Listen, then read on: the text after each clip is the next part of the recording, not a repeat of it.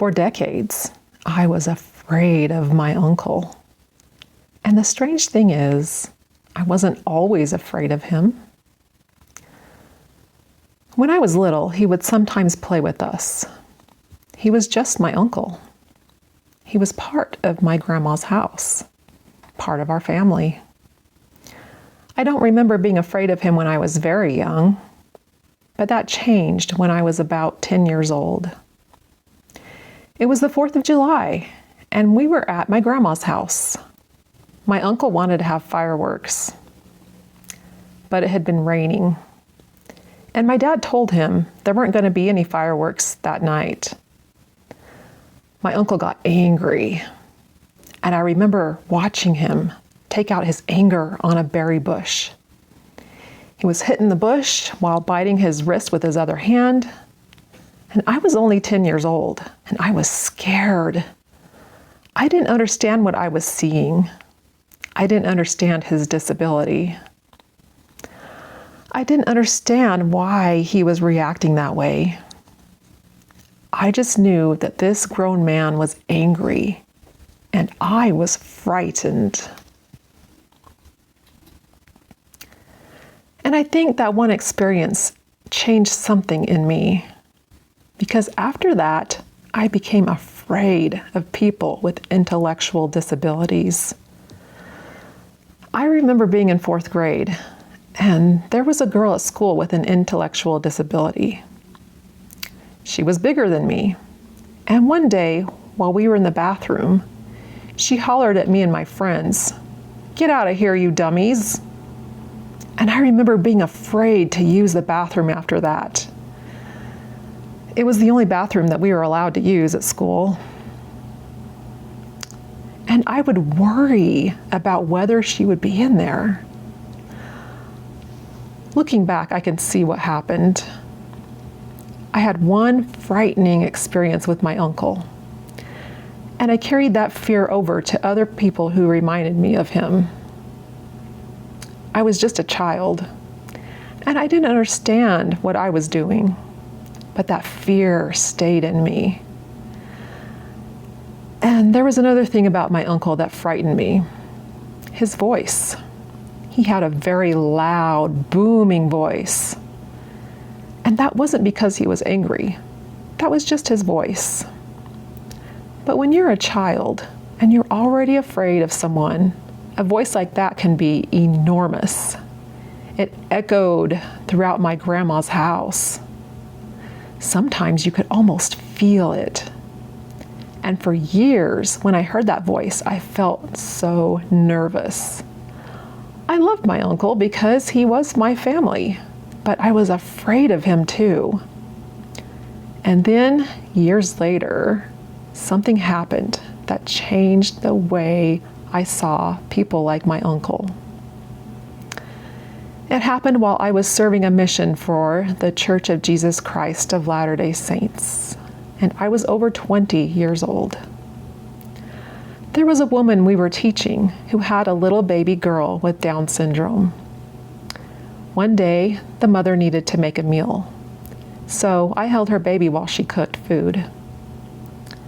And as I held that little girl, I felt something that I can't really explain except to say that it was spiritual.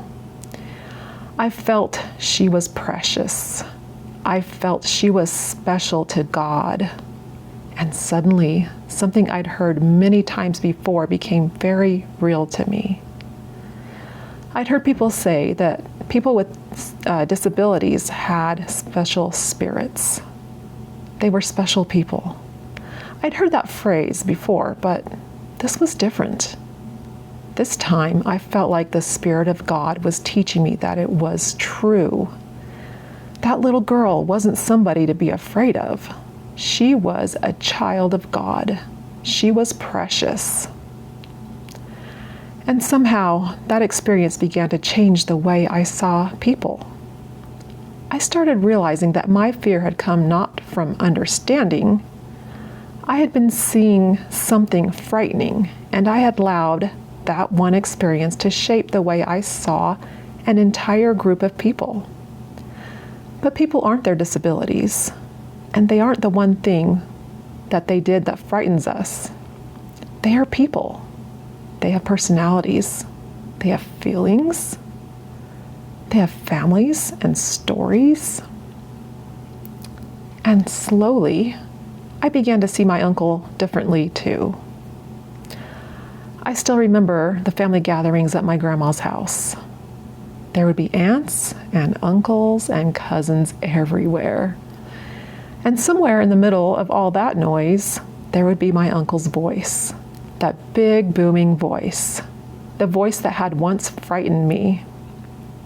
But something had changed, because eventually that voice began to mean something different to me.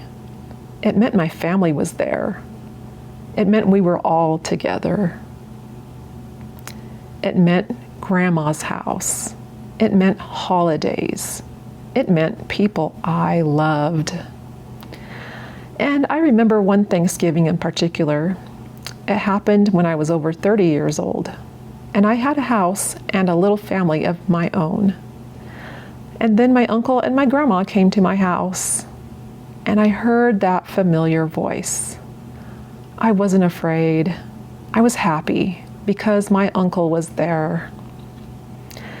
That sound had frightened me as a child and had somehow become the sound that I grew to love.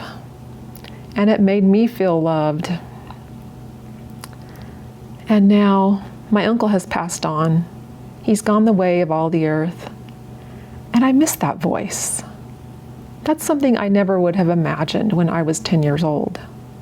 I never would have believed that someday I would hear that booming voice and wish I could hear it again. But I do. And when I think of my uncle now, I don't think about that berry bush. I think about my grandma's house. And I think about our family gathered together. I think about Thanksgiving. And I think about that loud voice coming from somewhere in the house. And now that voice means something completely different to me. It means family. It means someone I loved was there. And maybe that's why I want to tell his story. Because my uncle didn't have children of his own who will grow up and tell stories about him. But he was there. He was part of our family. He was someone's son. He was someone's brother. He was someone's uncle, my uncle. For a long time, I remembered him mostly as someone I was afraid of. But I'm grateful that I lived long enough to see him differently. Because sometimes the people we don't understand when we're young, they become the people we understand a little better when we're older. And sometimes the things that once frightened us become the very things we miss.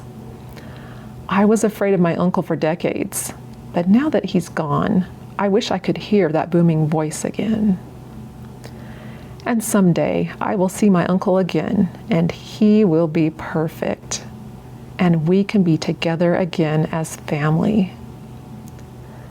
Thanks for spending time with me today. Like, subscribe, share, and I will see you next time.